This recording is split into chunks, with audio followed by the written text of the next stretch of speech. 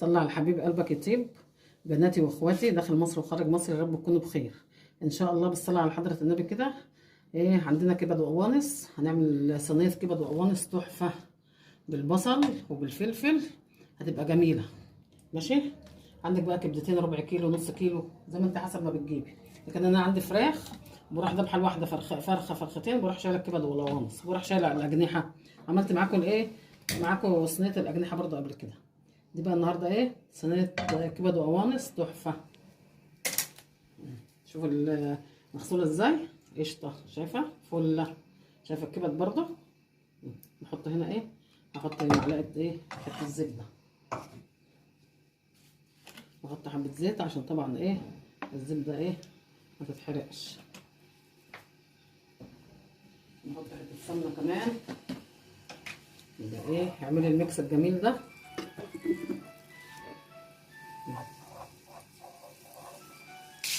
حبايبي كده ايه، حته السمنه، حته الزبده ومعلقه سمنه وحبه زيت ميكس. شوفوا الكبد والقوانص نضيفه كلها طالعه منوره.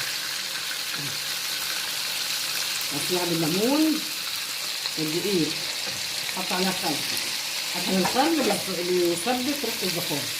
تاخد بس تشويحه كده، ماشي، عشان ايه اللي هي لوحديها غير ايه، غير القوانص.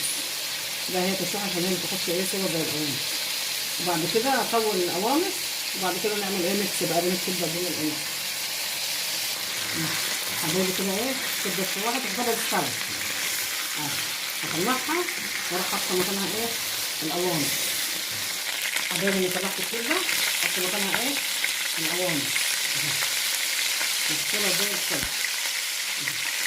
بس دلوقتي بقى ايه البوتاجاز عشان ايه ما تكركشيش تتلسع ايه.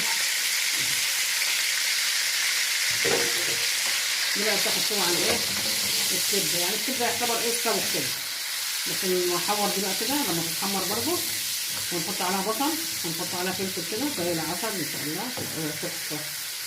جربيها كده بالطريقه دي، مش هتسيبها خالص الكبد والقوانص، حتى لو عندك حد ما بياكلهاش هيحبها. يلا حبايبي هذا ايه خلاص اتحمرت خالصه. ماشي. حط بقى البصل، بقى طبعا مش هحط ملح ولا كمون الا لما تستوي، عشان ايه ما تاخدش وقت على البوتاجاز. طبعا كبده يعني كمون، حبه رشه فلفل كده. ماشي. كتر البصل بقى، البصل بنخليها مسكره، خليها تاخد لفه بس كده شويه مع هي والكبد هي والقوانص. ماشي عشان